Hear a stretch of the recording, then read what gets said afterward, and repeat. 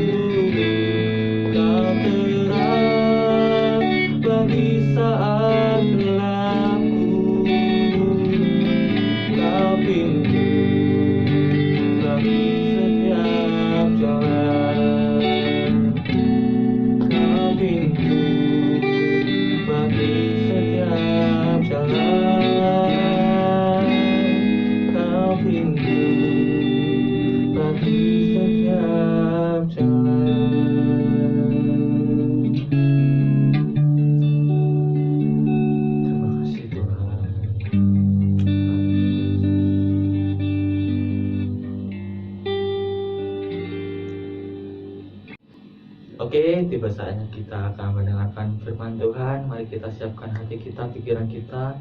Kita mengangkat pujian seperti rusa yang haus, rindu aliran sungai Tuhan. Terima kasih Yesus.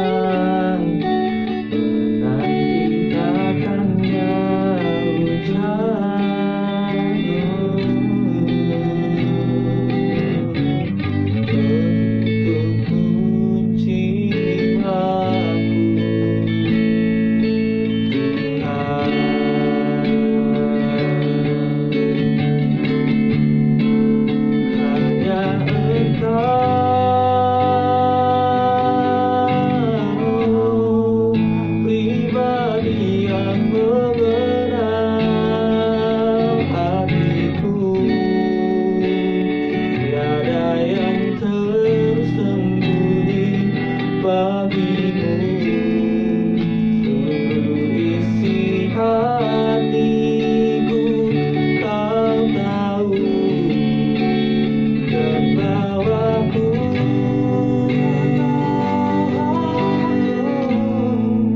untuk lebih dekat lagi padamu. Tinggal dalam indahnya dekapan kasih-Mu.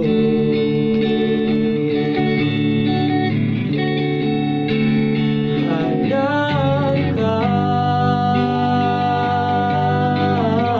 Engkau pribadi yang mengenal hatiku, tiada yang tersembunyi bagimu. Seluruh isi hatiku kau tahu, dan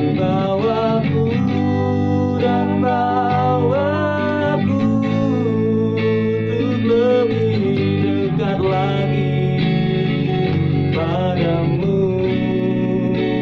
Tinggal dalam indahnya dekapan kasih-Mu.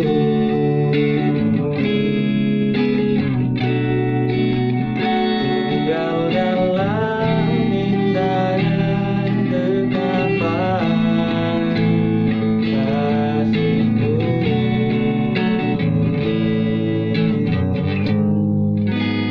Tinggal dalam indahnya dekapan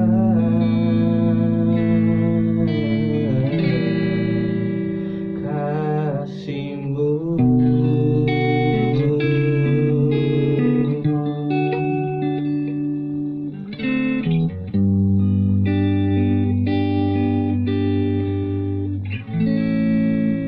Terima kasih Tuhan, terima kasih Yesus atas berkat yang melimpah dalam kehidupan kami, sehingga kami dapat masih merasakan ibadah melalui virtual online ya Tuhan, melalui kanal YouTube ini ya Tuhan. Kiranya Kau berkati ibadahnya ya Tuhan, supaya ibadah ini berkenan kepadamu ya Tuhan. Ya Tuhan, kalau sebentar kami akan mendengarkan firman-Mu, Engkau berkati firman-Mu ini ya Tuhan, supaya apa yang diberitakan dapat tersampaikan ke setiap pikiran dan hati anak-anak ya Tuhan, supaya mereka dapat menerapkan dalam kehidupannya sehari-hari ya Tuhan. Terima kasih Tuhan, kami akan duduk diam mendengarkan firman-Mu di dalam nama Tuhan Yesus Kristus. Haleluya, amin. Selamat pagi anak-anakku semua, selamat mendengarkan firman Tuhan. Pagi hari ini kita boleh merasakan sukacita karena kita boleh bertemu kembali untuk kita mendengarkan firman Tuhan. Pada hari ini Tante akan bercerita apa akibat dari ketidaktaatan. Dalam Kejadian 19 di situ dikatakan bahwa Sodom dan Gomora dimusnahkan dan Lot diselamatkan. Kenapa Tuhan melakukan seperti itu? Karena di sana penduduknya sangat-sangat jahat dan perbuatannya sangat berdosa dan tidak menyenangkan hati Tuhan. Tentunya anak-anak sudah pernah mendengarkan cerita hancurnya kota Sodom dan Gomora. Abraham mempunyai keponakan bernama Lot. Dia tinggal di kota Sodom dan Gomora. Karena kejahatan bangsa-bangsa di kota itu sehingga Tuhan marah dan ingin menghancurkan kota itu.